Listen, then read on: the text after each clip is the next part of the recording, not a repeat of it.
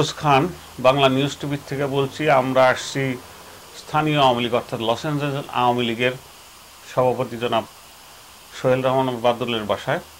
আমরা এখানে কিছু আমেরিকার রাজনীতি নিয়ে কথাবার্তা বলবো। আপনারা সকলেই জানেন বিন লাদেনকে আমেরিকা ধরেছে এবং তাকে মোটামুটি কিল করেছে। হত্যা কথাটাও শুনতে খারাপ লাগে। তো সেই বিষয়ে আমি মনে করি যে আজকের থেকে 3 বছর আগে বিন লাদেনকে কিল করলে যে সমস্যাটা হতো, যে জনপ্রিয়তা তার ছিল, সেটা এখন আর নাই। কারণ মিডল ইস্টে যেখানে তার জন্ম, সেখানে মানুষজন তার ফিলোসফির থেকে অন্যরকম দিকে সরে গেছে। বিন লাদেনের যে ইসলাম, সেই ইসলামে সে একটা খেলাফত প্রতিষ্ঠা করতে চেয়েছিল এবং নারীদের শিক্ষার থেকে বঞ্চিত করার তার একটা আইডিয়া, তার ইসলাম আর কি। মিডল ইস্টে কিন্তু এখন ডিফারেন্ট একটা সিচুয়েশন হয়ে গেছে। মিডল ইস্টের জনগণ তাদের অধিকার চায়।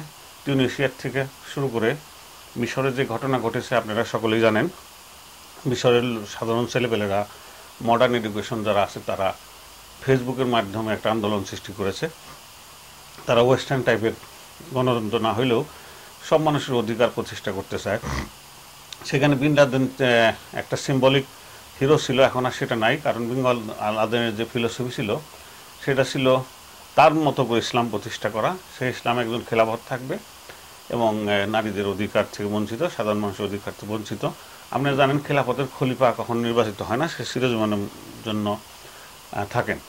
তো এই প্রসঙ্গে বাদল ভাই, আপনার সঙ্গে প্রশ্ন হলো, এই বিন লাদেন, আমরা মুসলিম দেশের থেকে জন্মগ্রহণ করছি, আমরা নিজেরা মুসলমান হিসেবে দাবি করি। এই প্রসঙ্গে বিন লাদেনের যে মৃত্যু, তাতে আপনার রিয়াকশন কি, কি আপনি মনে করেন? সত্যি কথা বলতে ধন্যবাদ খান প্রশ্নটা রাখার জন্য। আমি এককালে মিডল ইস্ট ছিলাম, ইরাকে ছিলাম। যখন ইরাকের যুদ্ধ চলে, তখন মিডল ইস্টের মুসলমান এবং আমরাও মুসলমান কান্ট্রিতে এসেছি। আমার বিবেক বলে সেখানে একটু দুই রকম আছে। আমরা মুসলমান যারা বাংলাদেশ এশিয়াতে আছে, আমরা মুসলমান খুন খারাপই করি না। আমরা যুদ্ধ বা মারামারি আমরা করতে চাই না। আর মিডল ইস্টে যারা যা করে আসছে, এবং আমরা দীর্ঘদিন আমেরিকাতে আছি। আমেরিকা আমাদের দেশ, আমরা আমেরিকা মনে প্রাণে ভালোবাসি। কারণ আমেরিকাতে আছি বলে আজকে আমরা হয়তো অন্য অন্য দেশেতে ভালো আছি।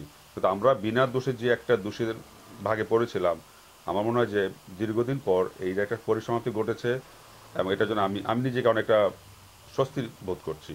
কারণ বিন লাদেন দিয়ে আমাদের কিছুই হতো না, আমাদের বদনাম ছাড়া, কলঙ্ক ছাড়া। আমরা তো কোনো খুন খারাপি করার মতো মুসলমান ধর্ম গ্রহণ করিনি কখনো।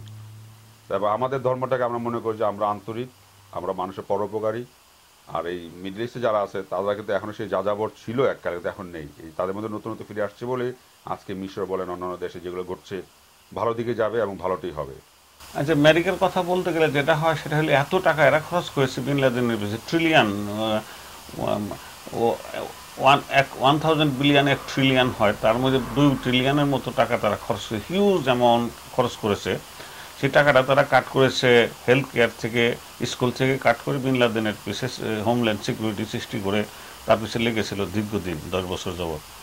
তো আমেরিকান জনগণ একটা অর্থনৈতিকভাবেও ক্ষতিগ্রস্ত হয়েছে। তাদের এডুকেশনের দিকে কম নজর দেওয়া হয়েছে, সিকিউরিটির দিকে বেশি নজর দেওয়া হয়েছে। এই প্রসঙ্গে আমেরিকান হিসেবে আপনি কি মনে করেন? এটা হচ্ছে আমেরিকানদের জন্য একটা চ্যালেঞ্জ হয়ে দাঁড়িয়েছিল, যে জন্য তারা বাধ্য হয়েছে এই খরচ করে এবং খরচটাকে রিকভারি করতে। তারা বাধ্য হয়েছে ইন্স্যুরেন্স, মেডিকেল, সাম আদার্স কাট করতে। কারণ তাদের তো বাজেটের একটা ব্যাপার আছে। আজকে আমেরিকা বলে হয়তো টিকে আছে, এত টাকা খরচ করার পরেও আমেরিকার গতিতে চলছে। কিন্তু যখন একটা মানুষ একটা কিছুকে চ্যালেঞ্জের মোকাবেলা করে নেয়, চ্যালেঞ্জ হিসেবে নিয়ে নেয়, তখন তারা আরেকটা দিকে ক্ষতিগ্রস্ত হলেও সেই চ্যালেঞ্জটাকে ধরে রাখার জন্য চেষ্টা করে। আমার বিবেকে বলে তারা এটি করার জন্য করে গিয়েছিলেন। তো আমার ধারণা ছিল যে মুসলিম দেশগুলোর ভালো রিয়াকশন হবে বিন লাদেনের মৃত্যু। অ্যাপারেন্টলি মনে হয় যে তারাও বিষয়টা অত গুরুত্ব দিচ্ছে না, বিন লাদেনকে অতীতের হিরো মনে করছে।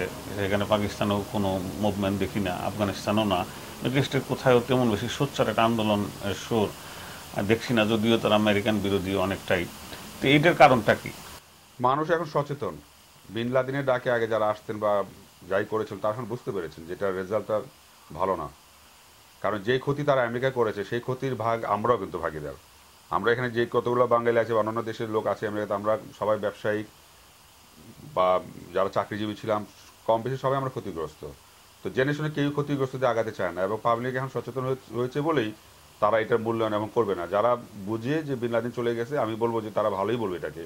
এবং আমি আমেরিকা সরকারকে ধন্যবাদ জানাই যে অনেক কিছু বিনিময় হলো তারা এটা সাকসেস করতে পেরেছে বলে। হ্যাঁ, যে ব্র্যান্ড অফ মুসলিম মানে ইসলামিক যে ব্র্যান্ডের কথা বিন লাদেন বলেছে, এটা বেশিরভাগ মুসলমান রাষ্ট্র বা মুসলমানরাই বোধহয় এটা অ্যাকসেপ্ট করে না। ইসলাম শান্তির ধর্ম আমরা জানি।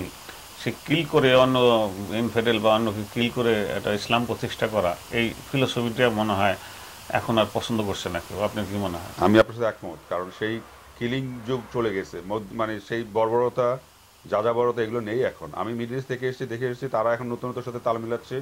বর্তমান যুগ তারা বুঝে ফেলছে যে পারিবারিক তন্ত্র বা রাজনৈতিক তন্ত্র যেগুলো ছিল আগে, তার পরিবর্তন তারা সবাই চাচ্ছে এবং সেটা ঘটবে এবং ঘটছে। প্রিয় দর্শক, এখানে আমি আবারও বলছি যে আগের অবস্থান নাই। আজ থেকে 3-4 বছর আগে বিন লাদেন একটা হিরো ছিল মুসলিম বিশ্বে, সেটা আর এখন নাই। কারণ মিডল ইস্টার্ন কান্ট্রিতে যারা আন্দোলন করতেছে তারা সেকেন্ড জেনারেশনের ইয়াং ছেলেপেলে, তারা ফেসবুক দিয়ে আন্দোলন করে, তারা নিজের সচেতনতা, নিজের রাইট, অধিকার প্রতিষ্ঠা করতে চায়। বিন লাদেনের ব্র্যান্ডেড মুসলমান যে উনি মনে করেন যে যেভাবে খেলাফত সৃষ্টি করবেন, সেটা বোধহয় এখন আর সেই